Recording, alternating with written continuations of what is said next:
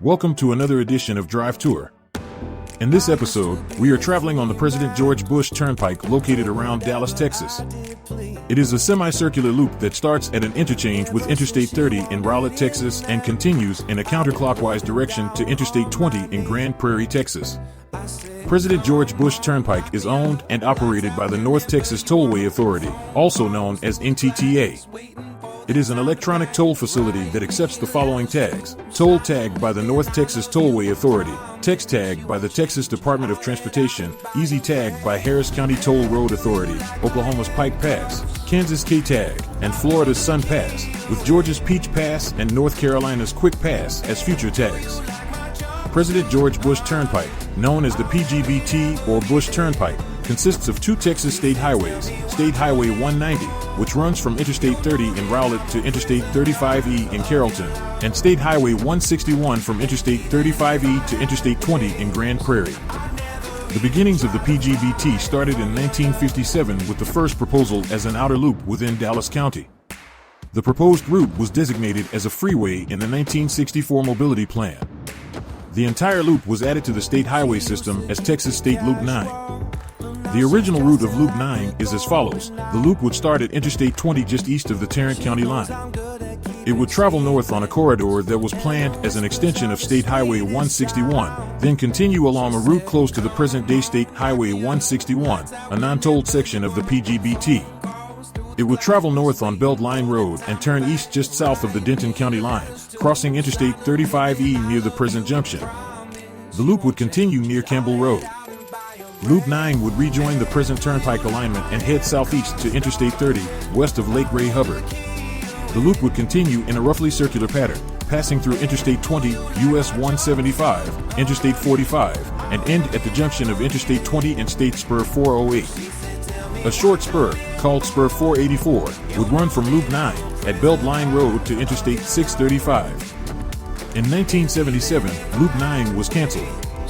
In its place was two state highway designations: State Highway 161 from Interstate 20 to State Highway 114 at Beltline Road, and State Highway 190 from Interstate 35E to State Highway 78. Spur 484 was replaced with an extension of State Highway 161 in 1979, moving the northern terminus of State Highway 161 to Interstate 635. The section between Interstate 635 to Interstate 35E was added to State Highway 161 in 1988. Construction on the PGBT started with State Highway 190 between Garland and Richardson with the service roads. A stack interchange was constructed in 1990 at US75, which wasn't open to traffic until Segment 1 was completed in 1998. The interchange with the Dallas North Tollway was constructed in 1994 and wasn't opened until 1998. Like many roads, the PGBT was built in segments. Segment 1 opened in two parts. Segment 1A was opened in 1998 from Preston Road to Midway Road, and Segment 1B was opened in 1999 from Campbell Road to Preston Road. This segment includes the interchange at the Dallas North Tollway and US75. Segment 2, including the towns of Garland and Richardson, extends the PGBT from Campbell Road to State Highway 78. This segment opened in 2000. Segment 3 includes the town of Carrollton. This segment is from Midway Road north of Dallas to Interstate 35E. This segment opened in 2001. Segment 4, also known as the PGBT Superconnector, connects Interstate 35E to Interstate 635. It is 5.2 miles, or 8.36 kilometers in length, and cost $339 million. Most of the route is in the Elm Fork of the Trinity River wetland, which means most of the route is comprised of bridges. Construction began in 2003 and completed near the end of 2005. Segment 5 is a 3.9-mile, or 6.3 kilometer segment connecting Interstate 635 to the State Highway 161 freeway near Beltline Road, opened in 2001. An interesting fact about this segment is that concentrated liquid stabilizers and geosynthetic reinforcement was used during the construction phase due to unstable clay soil. An extension of the PGBT was constructed from State Highway 183 to Conflans Road in 2006. Since we are talking about Segment 5, let's talk about State Highway 161 freeway segment, which starts at Beltline Road and ends at State Highway 183. This non-tolled section was opened before any of the other segments were built, sometime between 1990 and 1995. Sources say the facility was built in the early 90s, while Google Earth shows a completed freeway in 1995. This section was built before state laws changed to allow for toll financing to be used to construct and maintain state highway projects. Segment 6 is an 11.5 mile or 18.5 kilometer extension south from Conflans Road, just south of State Highway 183 and Irving to Interstate 20 in Grand Prairie. This segment was split into two sections. Segment 6A, from Conflans Road to Interstate 30, opened in 2009. Segment 6B, from Interstate 30 to Interstate 20, opened in 2012.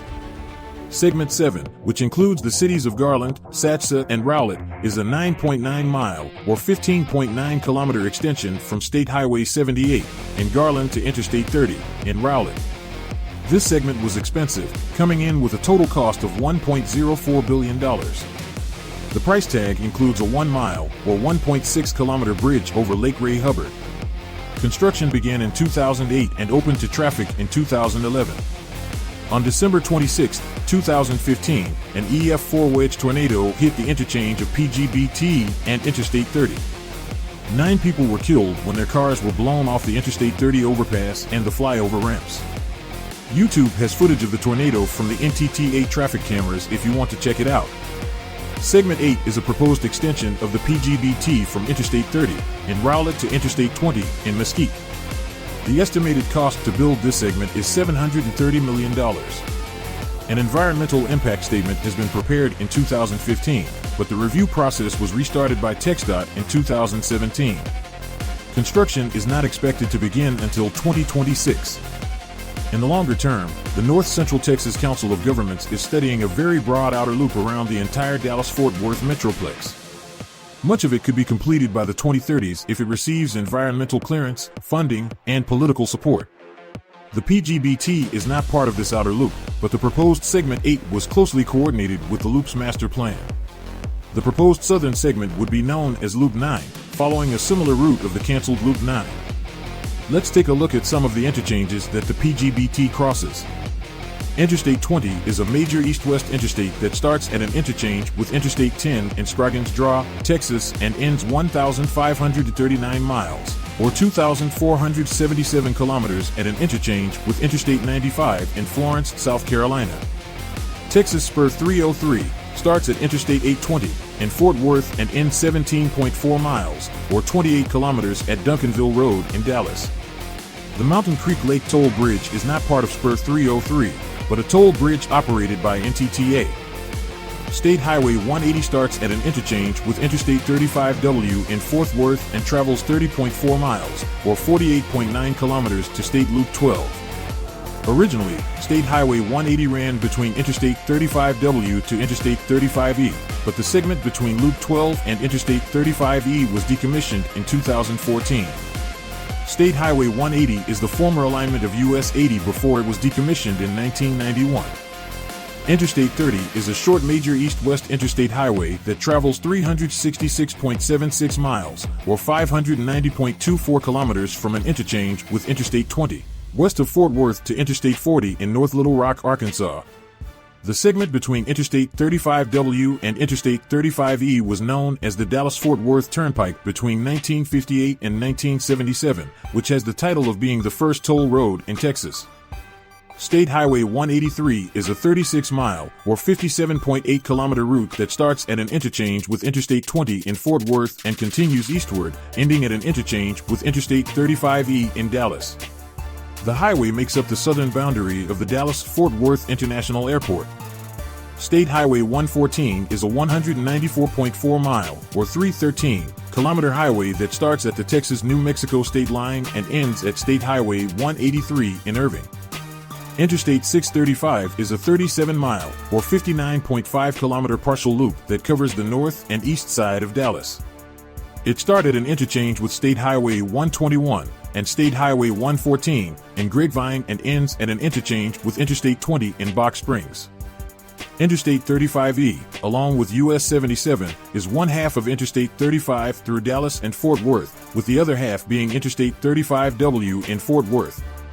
Interstate 35E is 96.76 miles, or 155.72 kilometers in length, with a start at a split with Interstate 35W in Hillsboro, ending at a split with Interstate 35W in Denton.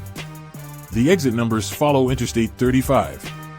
The Dallas North Tollway, also known as the DNT, is the oldest active toll road in Texas.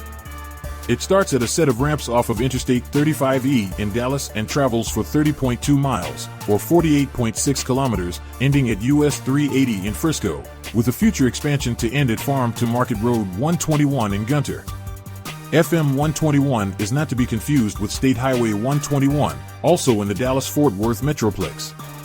State Highway 289, known as Preston Rd, is a 70.9-mile, or 114.1-kilometer highway that starts at an intersection with State Loop 12 in Dallas. It ends at an intersection with Elks Boulevard near Pottsboro, close to the Texas-Oklahoma state line. US75 is roughly a 1,239-mile, or 1,994-kilometer route that has a debatable southern terminus. According to signage on Interstate 30, US 75 starts at an interchange with Interstate 30, Interstate 45, and Interstate 345 in Dallas. If you look at the Texas Highway Database, the actual start is at an interchange with Interstate 345 and State Spur 366, approximately 2 miles, or 3.2 kilometers to the north. The northern end is at a closed Canadian border crossing in Noyes, Minnesota. State Highway 78 is a 90.83-mile, or 146.18-kilometer route that starts at an interchange with Interstate 30 in Dallas and ends at the Texas-Oklahoma state line. Finally, State Highway 66 is a 35-mile, or 56.3-kilometer route that starts at an intersection with State Highway 78 in Garland and ends at an intersection with US 69 and US 380 in Greenville. Let's revisit Segment 5 from Interstate 35E to Interstate 635. As mentioned before, this segment was a bit expensive due to the proximity of the Elm Fork of the Trinity River. Between Valley View Lane and Luna Road are a set of ghost ramps. In case you aren't familiar with what a ghost ramp is, it is a ramp that is constructed, but doesn't connect to anything. Usually ghost ramps are built for future expansion, especially on flyover ramps. Sometimes, they were part of a project that was canceled, leaving the ghost ramps in place. Other times, they are the remains of a road that was removed. In this case, the ramps are for a future interchange with Volwood Parkway. The future Volwood Parkway interchange was a tough item to research, as there is literally no mention of these ghost ramps, yet the ramps are visible in Google Maps and on the PGBT. I only discovered what it was by finding a road that was near the area and was aligned with the ramps, then finally received confirmation from a site called Tennessee Democrat, which had the interchange noted. At the interchange between PGBT and State Highway 114 is another oddity, 2 support columns that are designed for a flyover ramp. One stands between the 2 travel lanes of PGBT and the other is on the right of the southbound lanes. There are also 2 ghost ramps, one is part of an entrance ramp from State Highway 114 to southbound PGBT and one is an exit ramp from northbound PGBT to State Highway 114. The original plans for Segment 6 calls for those ramps, which were from State Highway 114 west to PGBT south and the other from PGBT north to State Highway 114 east, to be built. The ghost ramps and the 2 columns were installed, but the rest of the flyover ramps, for unknown reasons, were not. There is almost no information on this, similar to the Volwood Parkway future interchange, but I was able to find construction documents validating those ramps were part of Segment 6 construction.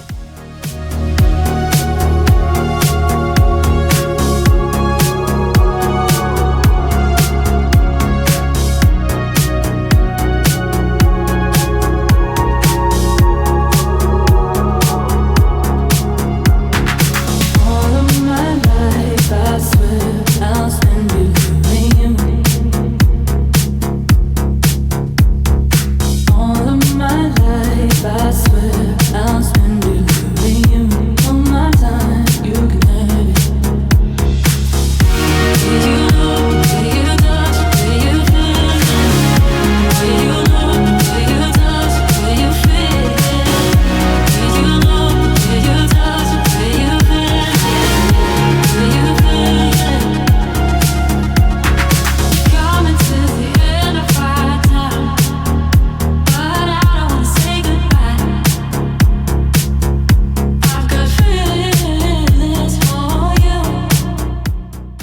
there you have it, the entire President George Bush Turnpike, complete with future ramps, abandoned bridge columns, and a free section that is older than the turnpike itself.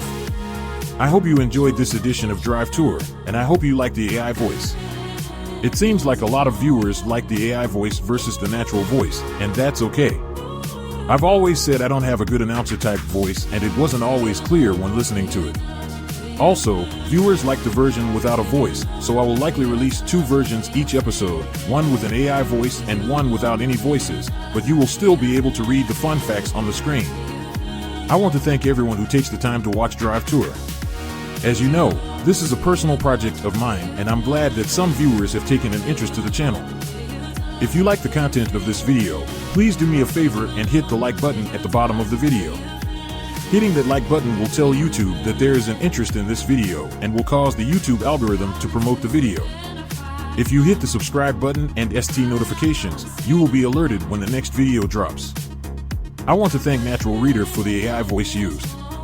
I also want to thank Storyblocks, Artlist, YouTube, and Epidemic Sound for the music.